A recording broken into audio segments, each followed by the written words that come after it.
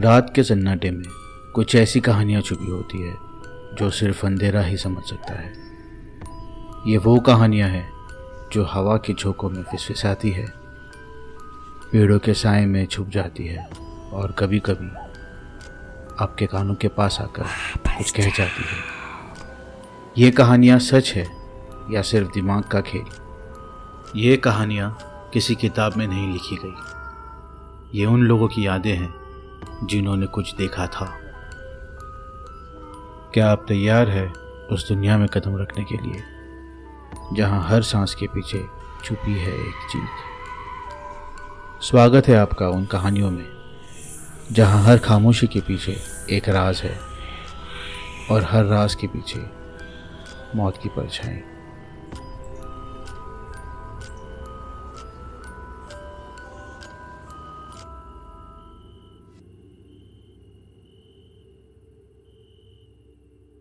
कोंकण भारत देश का एक ऐसा हिस्सा है जिसकी खूबसूरती अपने आप में ही एक करिश्मा है। महाराष्ट्र के पश्चिमी तट पर कोसों मील फैला हुआ ये क्षेत्र खूबसूरती के साथ साथ अपने आप में कई कहानियां सिमटे हुए है। उन्हीं कहानियों में से एक कहानी मैं आज आपको सुनाने जा रहा हूं, मुंबई में रहने वाले अंगद की। अंगद एक 30 साल का युवा है। वह अपने माता पिता के साथ मुंबई में रहता था। अंगद की मां कुछ सालों पहले चल बसी और हाल ही में उसके पिताजी भी नहीं रहे। अंगद का अब मुंबई में मन नहीं लगता। वो चाहता है कि वो रत्नागिरी जाके अपने पुश्तैनी मकान में रहे, तांबे पुले गांव में। अंगद की नानी ने अंगद और उसके परिवार के लिए काफी कुछ छोड़ रखा था। अंगद अपनी एसयूवी के बैक सीट पे अपने पापा की तस्वीर रखता है और निकल पड़ता है तांबे पुले गांव की तरफ। कोंकण के पहाड़ों से होते हुए लंबे घने नारियल के पेड़ों के बीच से उसका रास्ता एक मजेदार सफर में तब्दील हो जाता है। वैसे तो मुंबई से रत्नागिरी का सफर 7 से 9 घंटे का है, लेकिन अंगद अपना पूरा समय लेना चाहता है इन हंसी वादियों से होते हुए सफर का मजा लेने। कई बार तो रोड बीच के साथ साथ यानी समुद्र तट के साथ साथ मीलों तक चलती है और रह रहकर बीच बीच में दिखते हुए छोटे बड़े लाइट हाउसेस इस रास्ते को और भी मजेदार बना देते हैं। शाम के 7 बज गए हैं और अंगद अब तांबे पुले गांव के सरहद तक पहुंच गया है।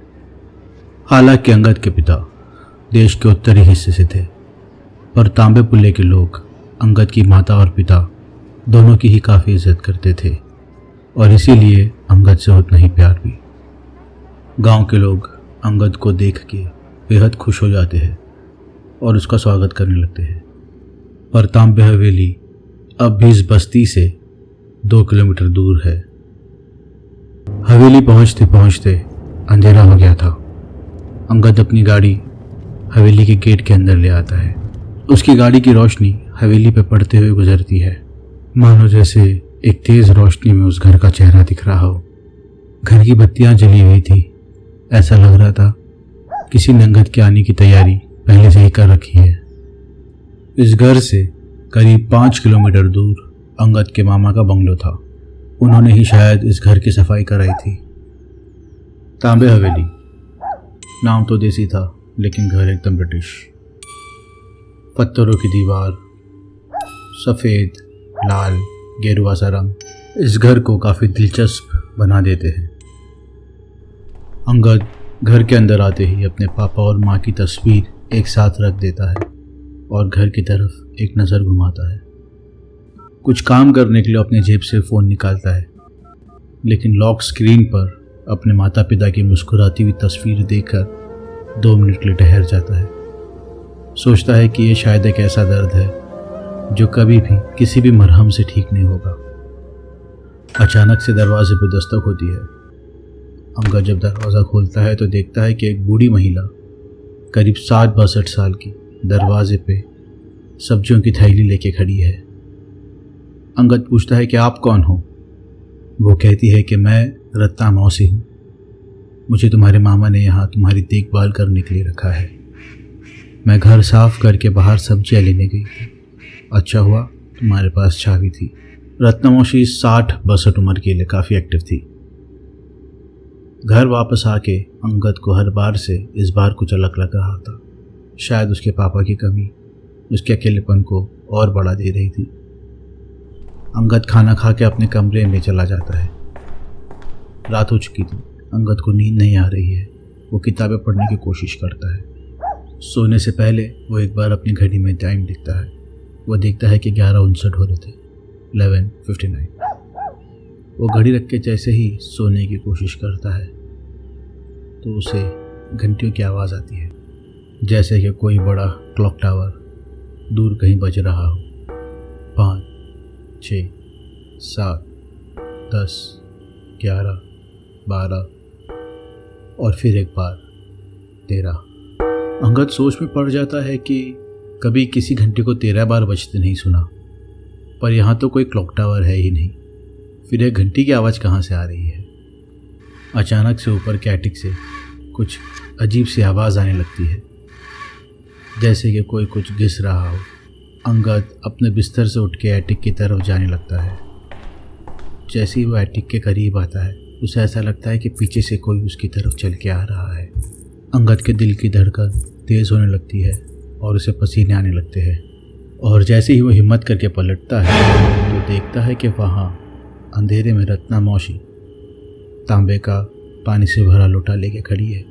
वो मौसी से पूछता है कि आप यहाँ क्या कर रहे हो? मौसी कहती है कि मैं तो यहाँ पानी लेने आई थी, तब तुम्हें देखा कि तुम ऊपर की तरफ आ रहे हो, पर तुम इतनी रात के यहाँ क्या कर रहे हो? अंगद कहता है कि मुझे यहाँ ऊपर से कुछ आवाज़ें आ रही थी, तो देखना है कि क्या चीज़ है। मौसी कहती है कि अरे यह हवेली बहुत पुरानी है, चूहे बिल्ली कुछ होगा, पर हर आवाज़ का पीछा नहीं करते। अब जाओ और सो जाओ, कल देख लेना क्या है। अगली सुबह रत्ना मौसी अंगद के लिए नाश्ता तैयार करती है। अंगद अपनी बैल्कनी में बैठ के चाय और गरम गरम कांदे पोहे का लुत्फ़ उठाते हुए अपने मामा को फ़ोन लगाता है, पर न जाने क्यों घर के अंदर उसे फ़ोन नेटवर्क नहीं मिलता। नाश्ता पूरा करके अंगद फिर से उसी एटिक की तरफ जाने लगता है। तब रत्ना मौसी उसे पीछे से रोक देती है। रत्ना मौसी कहती है कि अरे क्या रखा है उस एटिक में, घड़ी घड़ी वही क्यों जाना चाहते हो तुम? अंगद कहता है कि मौसी क्या रखा है वही तो देखना चाहता हूँ। मौसी अंगद से कहती है कि पुराने भंगार को वही रहने दो, क्यों पुरानी चीज़ों से छेड़छाड़ करना है उसे। अंगद कहता है कि चलो मौसी, वहाँ से जो भी मिलेगा उसका आधा हिस्सा आपका। ऐसा कहते ही अंगद एटिक की तरफ चलने लगता है। अंगद जैसे ही एटिक का दरवाज़ा खोलता है तो देखता है कि काफ़ी सारी पुरानी चीज़ें वहाँ रखी थी। दीवार पे एक डरावने दिखने वाली गंदी सी गुड़िया, कोने में रखी हुई एक आराम कुर्सी, एक छोटे बच्चे का खेलने वाला घोड़ा, दीवार पे लटका हुआ एक हिरन का सिर, एक बड़ा सा ड्रेसिंग टेबल जिस पे एक आईना हो और काफ़ी सारे पुराने बक्से।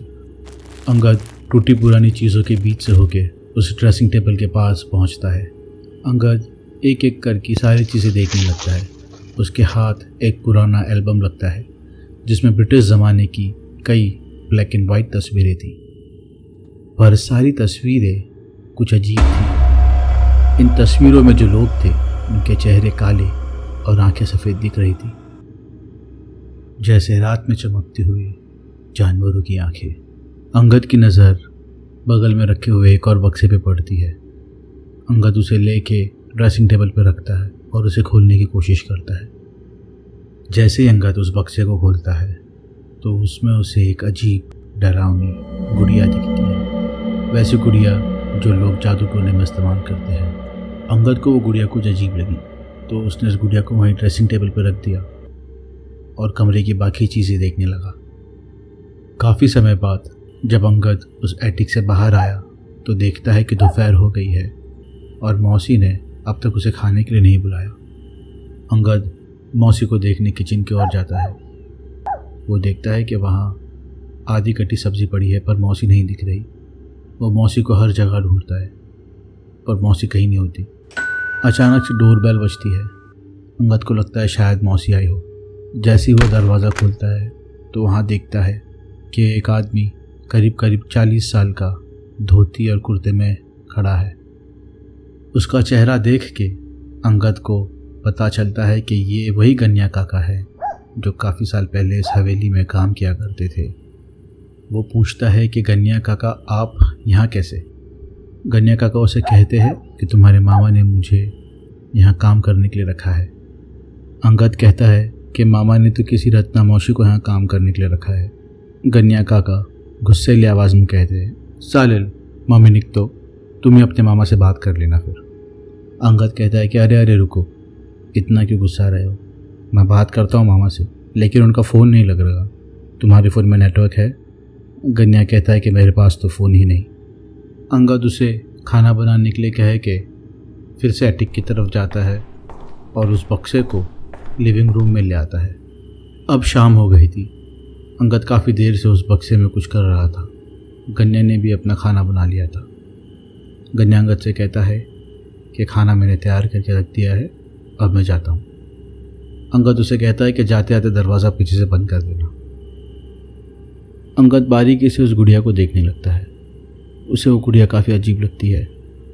काले कपड़ों में लिपटी एक डरावनी गुड़िया जिस पे लाल खून सा कुछ लगा हुआ है। अंगद उस गुड़िया को परख ही रहा था, तब फिर से डोरबेल बजती है। अंगद को लगता है कि शायद इस बार रत्ना मौसी आ गई हो। अंगद जैसे ही दरवाज़ा खोलता है तो देखता है कि वहाँ उसके मामा हाथ में कुछ फ्रूट्स लेके खड़े हैं। अंगद कहता है कि अरे मामा, आप कैसे हो? आप इतनी रात के यहाँ कैसे? मामा कहते हैं कि मैं ठीक हूँ, तुम कहाँ हो भाई साहब?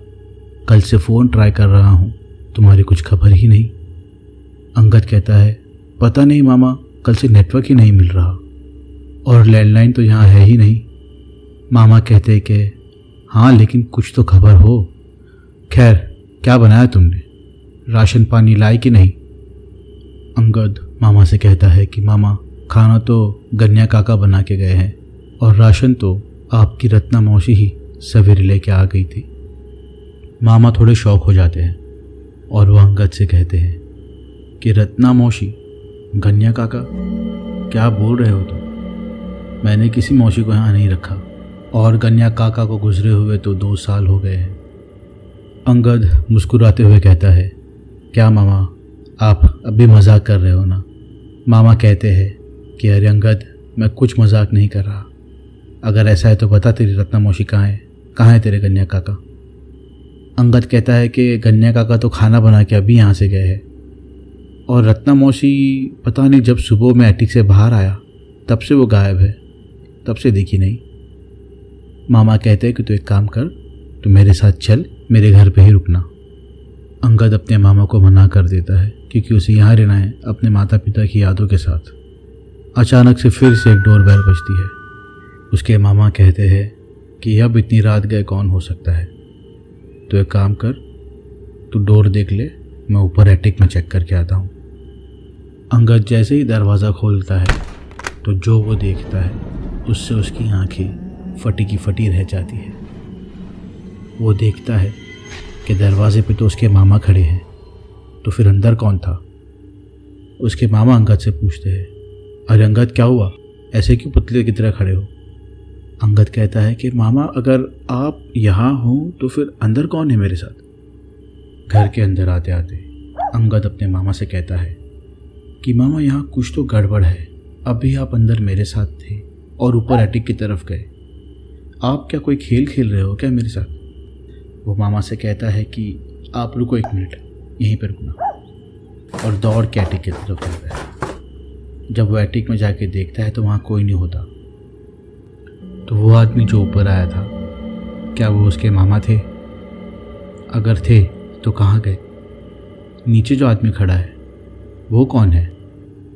वो जैसी सारी बात अपने मामा को बताने नीचे आता है तो देखता है कि वहाँ भी कोई नहीं और दरवाज़ा अंदर से बंद है।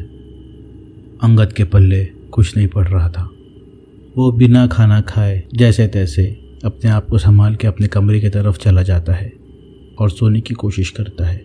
जैसे ही उसकी आंख लगती है, उसे उसी घड़ी के घंटियों की आवाज़ आने लगती है, एक एक करके। 1, 2, 3, 8, 9, 11, 12 और फिर 13वीं घंटी बजते ही अंगद जो देखता है उसकी आंखें फटी की फटी रह जाती है। वो देखता है कि छत से एक बहुत ही भयंकर, काफ़ी डरावना पिशाच धीरे धीरे उसकी ओर आ रहा है। अंगद अपनी हिम्मत जुटा के तेज़ी से नीचे की तरफ भागता है। जैसे ही वो नीचे आता है तो एक डोर बेल बजती है। जैसे ही अंगद हड़बड़ी में डोर खोलता है तो देखता है कि वहाँ रत्ना मौसी खड़ी थी। अंगद अपनी डरी हुई आवाज़ में पूछता है, रत्ना मौसी आप? रत्ना मौसी उसे कहती है, तूने कहा था ना, जो भी इस एटिक में से मिलेगा उसका आधा हिस्सा मेरा। अब भी ये पिशाच मेरी भी परेशानी है, तो हट साइड में। रत्ना मौसी अंगद को साइड करते हुए उस पिशाच की ओर जाती है। अपने पल्लू से उसी डरावनी गुड़िया को निकालती है और उस पर मुट्ठी भर के सिंदूर फेंकने लगती है। जैसे ही रत्ना मौसी उस गुड़िया पे सिंदूर फेंकती है तो वो पिशाच रत्ना मौसी के सामने आता है और रत्ना मौसी को कहता है कि तू फिर आ गई, इतने सदियों बाद भी मेरा पीछा नहीं छोड़ेगी तू, जाने दे मुझे। रत्ना मौसी उस गुड़िया को अपने हाथ में पकड़ के जादू से जलाने लगती है और इसी से उस पिशाच का खात्मा हो जाता है। जब सब शांत होता है और हवा साफ हो जाती है तब अंगद रत्ना मौसी से पूछता है, कौन हो आप? रत्ना मौसी अंगद से कहती है कि मैं इस गांव की, इस कुल की रक्षक हूँ। मैं सदियों से इस क्षेत्र का ध्यान रखती आई हूँ। सदियों पहले तुम्हारे पूर्वजों को इस तांत्रिक ने फंसा दिया था। इस घर की सारी जायदाद को हथियाना चाहता था, लेकिन तब तुम्हारे कुल को मैंने बचाया था और आगे भी मैं ही सुरक्षा करूँगी। जब भी ज़रूरत हो तब मैं हमेशा पास हूँ। ये गांव और ये घर अब मेरी सुरक्षा में है। तुम आराम कर लो अंगद। सवेरा काफ़ी सुनहरा था और अंगद काफ़ी रिलैक्स्ड फील करता है। उसे अब पता है वो हमेशा सेफ है। रत्ना मौसी, या कहो कि उसके कुल की रक्षक उसके साथ हमेशा है और उसे अब चमत्कारों पे भी यकीन हो गया था। इसी के साथ यहीं ख़त्म होती है ये कहानी। कोंकण के घाट में ऐसी कई रहस्यमय सच्ची घटनाएं घटित हुई है जो कभी रिकॉर्ड पे नहीं आई। अगली बार मैं फिर से कोई एक ऐसी घटना आपके पास लेके आऊँगा। आप तैयार हो ना? ये कहानियाँ, ये आवाज़ें सिर्फ सुनाई नहीं जाती, कभी कभी वो जिंदा हो जाती है। राज जो वक्त के साथ मिट जाते हैं, पर ये आवाज़ें, ये काली रातें, वो कभी चुप नहीं होती। ये कहानियाँ वापस आएंगी नए राज लेके। मेरे साथ मैं हूँ अर्ज द विस्परर।